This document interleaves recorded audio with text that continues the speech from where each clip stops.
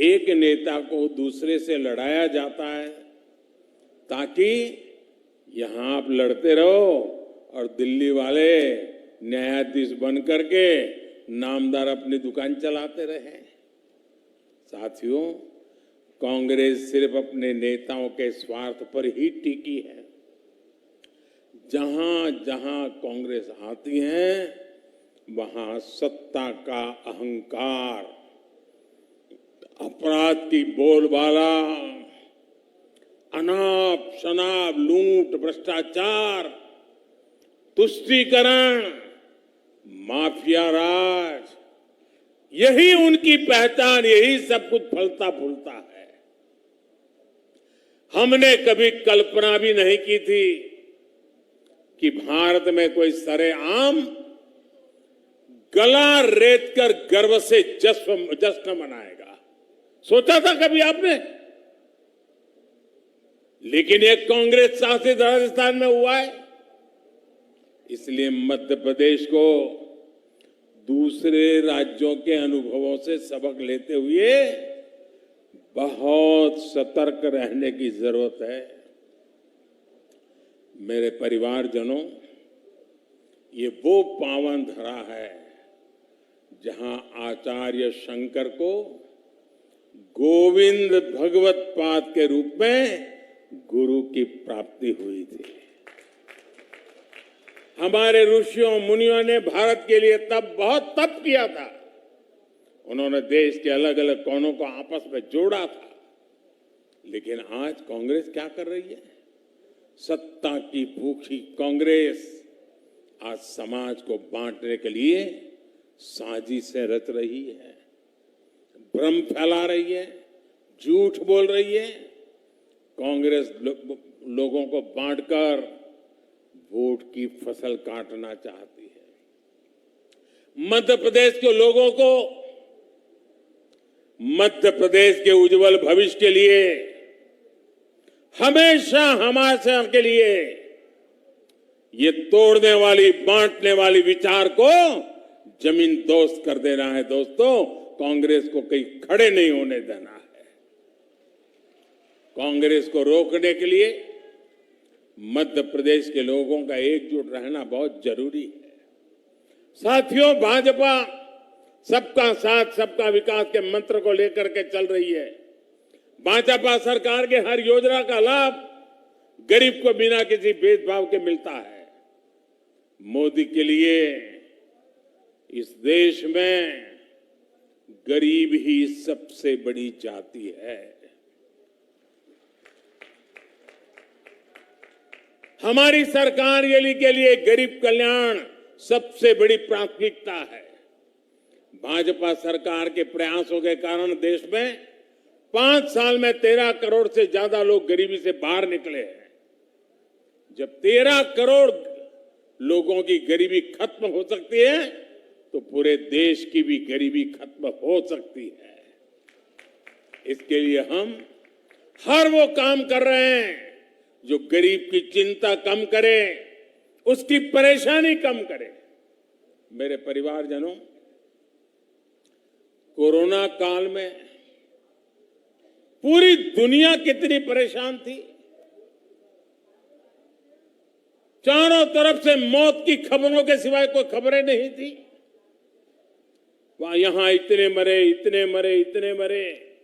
दुनिया के हर देश में अस्पताल डेड बॉडी से भरे पड़े थे। श्मशान में जगह नहीं मिल रही थी। यह हाल बन चुका था।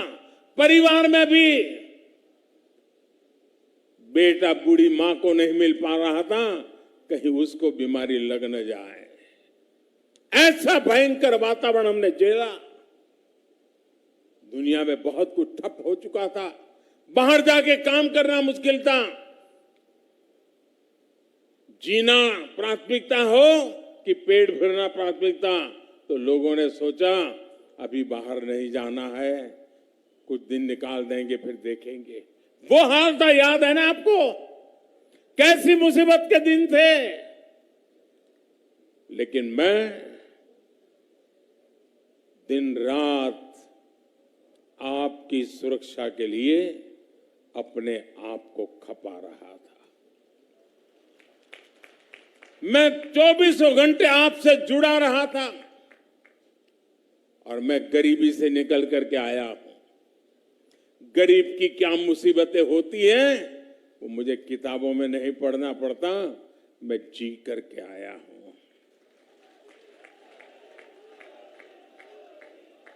और उस संकट की घड़ी में मेरा पहला निर्णय यह था, कुछ भी हो जाए मुझे मेरे देश के लोगों को बचाना है। मेरा सपना था किसी भी गरीब के घर में चूल्हा बुझना नहीं चाहिए, कोई बच्चा रात को भूखा सोना नहीं चाहिए, मां रात भर बिलखती रहे, भूखे बच्चे को रोते हुए मां देख न पाए, वो स्थिति मुझे मंजूर नहीं थी। आपका बच्चा पेट भर के सो जाए, इसलिए ये मोदी जागता रहता था।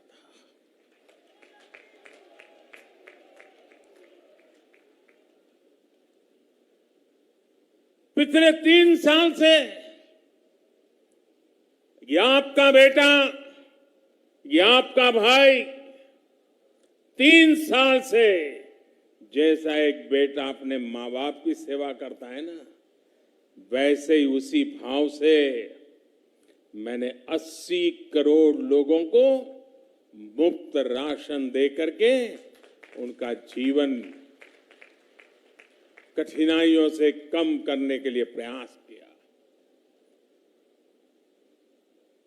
और लोगों ने मुझको आशीर्वाद दिए। लोगों में ये जो पैसे अनाज में जाते थे वो बचे तो किसी अच्छे काम में लगाने लगे, बच्चों को पढ़ाने में लगाने लगे, बच्चों के लिए अच्छी सुविधा करने में लगे। और जब मैंने सारा अध्ययन किया तो मैंने मन के अंदर एक निश्चय कर लिया, क्योंकि ये योजना तो ये दिसंबर में पूरी हो रही है, तो मैं सोच रहा था भाई दिसंबर में पूरी हो जाएगी तो मेरे परिवारजनों को अभी तो कुछ करना बाकी है, क्या होगा। और इसलिए मैं नर्मदा के तट से आज कह रहा हूं, मैंने निश्चय कर लिया है कि दिसंबर में ये योजना खत्म नहीं होगी, मैं इसे 5 साल और आगे बढ़ा दूंगा, 5 साल और आगे बढ़ा दूंगा। 5 साल के लिए 80 करोड़ लोगों को उनका घर का चूल्हा जलता रहे, ये काम मोदी करता रहेगा।